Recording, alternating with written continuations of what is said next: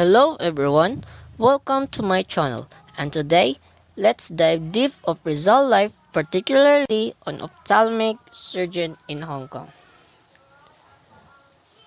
Rizal left Europe for Hong Kong, where he lived from November 1891 to June 1892. His reason for leaving Europe, where life was unbearable in Europe because of his political differences with M.H. Del Pilar and other Filipinos in Spain, to be near his idolized Philippines and family. Rizal left Paris on October 3, 1891. He proceeded by the train Marcellus on October 18. He boarded the steamer Melbourne bound for Hong Kong.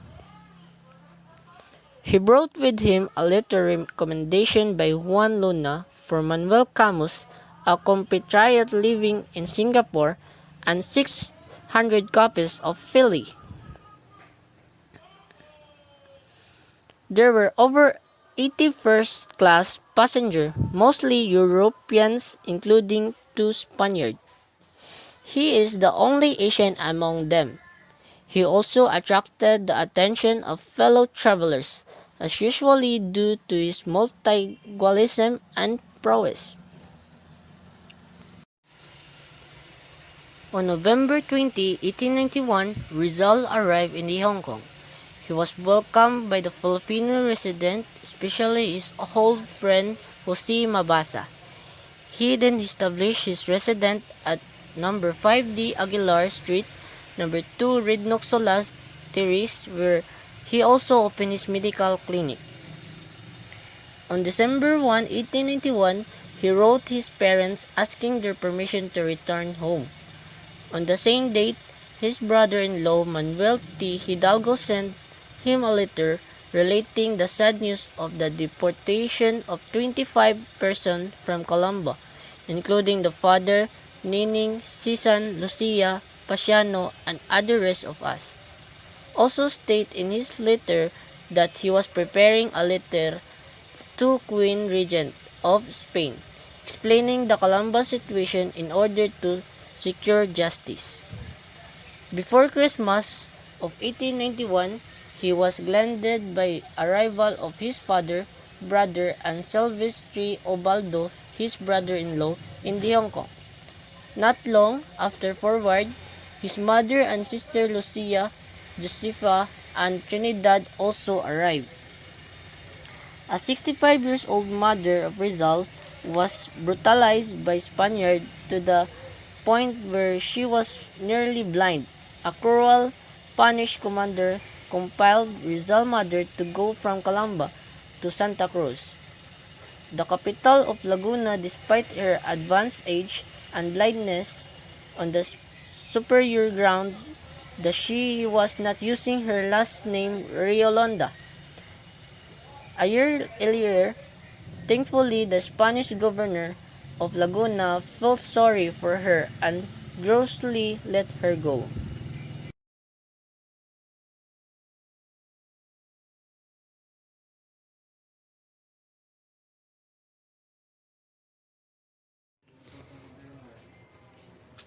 The Christmas of 1891 in Hong Kong was the happiest Rizal life Yuletide celebration, for his experience again the bond with his family. On January 31, 1892, from the day he met Blumentritt, the closeness of the two are still there. Rizal wrote Blumentritt recounting their pleasant life in Hong Kong. He wrote that he is having a great time with his family, far and free from the persecution in the Philippines. He also stated that he was much pleased with English government. Rizal worked as a physician to support himself and his family. Rizal eventually rose to the fame as the result of his talent as an ocular surgeon. Dr. Lorenzo P. Marquez, a friend and admirer who helped him to build a wide clientele. He successfully operated on his mother's left eye so that she was able to read and write again. March 21, 1892, Some friends of Rizal giving him moral and substantial aids in this medical practice. Those people which is Mr. Bosted, who praised him because of what he achieved. Dr. Ariston Bautista Lin, who sent him a book called Diagnostic Pathology by Dr. Virtue, and Traits Diagnostative by Miss Nick Chok. Don Antonio Virgil de Dios also offered him service from the purchase of medical books and instruments. And also, Dr. Germano de Ocampo said, Rizal possessed the quality of the great idea of ophthalmic surgeons. On March 2, 1892, Rizal wrote on a Visita a la Victoria Gol, an account of his visit in colonial prison of Hong Kong. In this article, he contrasted the cruel Spanish prison system with the modern and more humane prison system. On June 21, 1892, Rizal penned another letter in HK for Governor Despojol. In this letter, he informed that the Governor-General of his coming to Manila and placed himself under protection of the Spanish government. On June 21, 1892, on the same date, Rizal and his sister Lucia left in HK for Manila. They carried special passport or safe conduct issued by Spanish Consul General in Hong Kong. Meanwhile, Rizal and his sister were peacefully crossing the China Sea. They were fully unaware of Spanish and duplicity. Rizal very loved his family and his country. His dream from our country is to be free from Spaniards, but that dream seems going to be impossible. So he never gave up. He worked with his work to fulfill his dream. He continued to fight with his own strength and knowledge.